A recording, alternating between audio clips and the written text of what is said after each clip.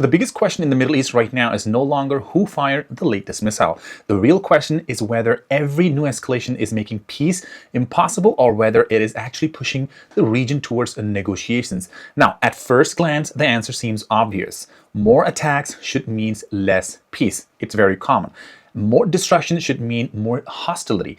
More retaliation should mean a greater chance of a wider war, which is happening right now. But history shows that conflict rarely follows simple logic. In fact, some of the most important peace agreements in the modern history were signed only after periods of intense confrontation.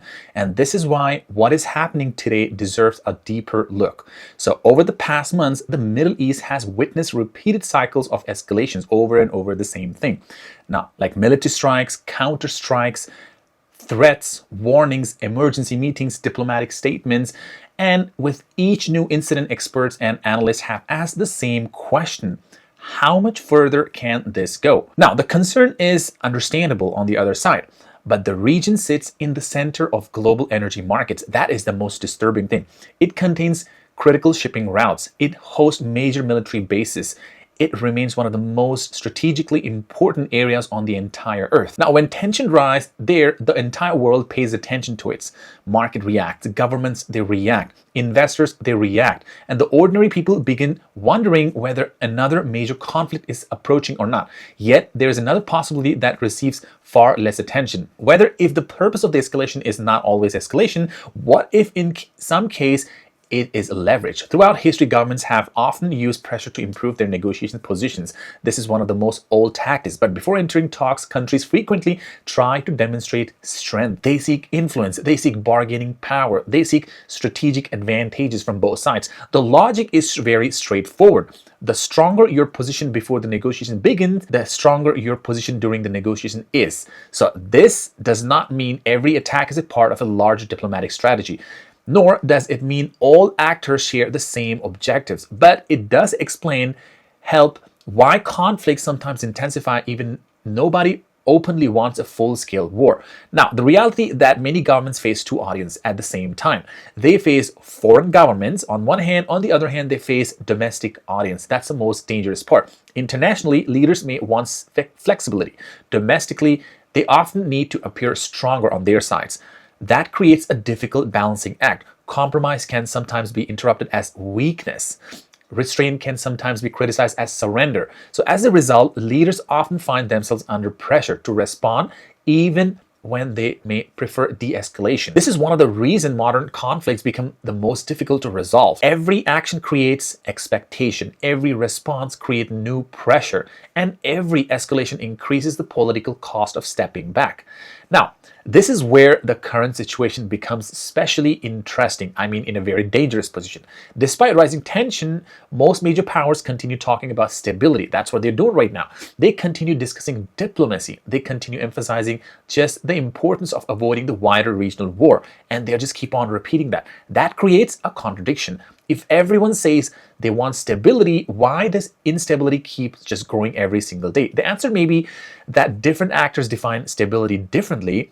For one country, stability might mean deterrence. For another, it means security guarantees. For another, it means changing of balance of power. So you see how things are different. Everyone may use the same word, basically, but they may not mean the same thing. So when definition differs, misunderstandings becomes more likely.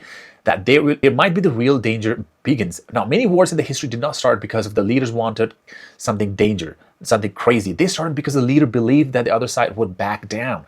They believed escalation could be controlled from the other hand. They believed the risks were so manageable. That's why they were continuing the wars. And they believed that they understood where the red lines were. Sometimes they were correct, but a lot of times they were not. The problem is that every participant often believes that they are acting rationally, but rational decision made by different actors can still produce irrational outcome when combined together. So this is why the financial markets are paying such close attention to this chaos. And investors all around the world in businesses are not simply reacting to individual event, they are reacting to uncertainty. And uncertainty is becoming the defining future of the current situation in 2026. Now, nobody knows exactly where the next red line is. Nobody knows exactly how far the escalation can continue before a major miscalculation really occurs. And honestly, Both sides, they don't know exactly when diplomacy will regain momentum. We do know is that the stakes are enormous. The future is regional security at its stakes. Energy markets are at stake. Global trade routes are at stake, a higher stake. And perhaps the most importantly, the credibility of diplomacy itself is at stake, because every failed attempt of de-escalation makes the future negotiations more difficult. Trust becomes harder and harder to rebuild. Communication becomes more complicated. And that's what's happening right now. And political leaders are becoming more constrained by public expectation. So, are recent events making less peace likely or not? In short term, probably yes. Every escalation increases tensions and make compromise politically very hard on the both sides. But in the longer term, the answer is far less clear. History shows that prolonged confrontations sometimes convince rivals that continued conflict is too costly. So when that realizing arrives, diplomacy often returns, not because of trust somebody appears, but because the alternatives becomes even worse. That brings us to the conclusion: the greatest danger facing in the Middle East today is not necessarily military power. It is not technology at all. It is not even the latest strike or probably the retaliations. The greatest danger is the belief that escalation can continue indefinitely without any consequences. Every side may believe it is sending a strong message.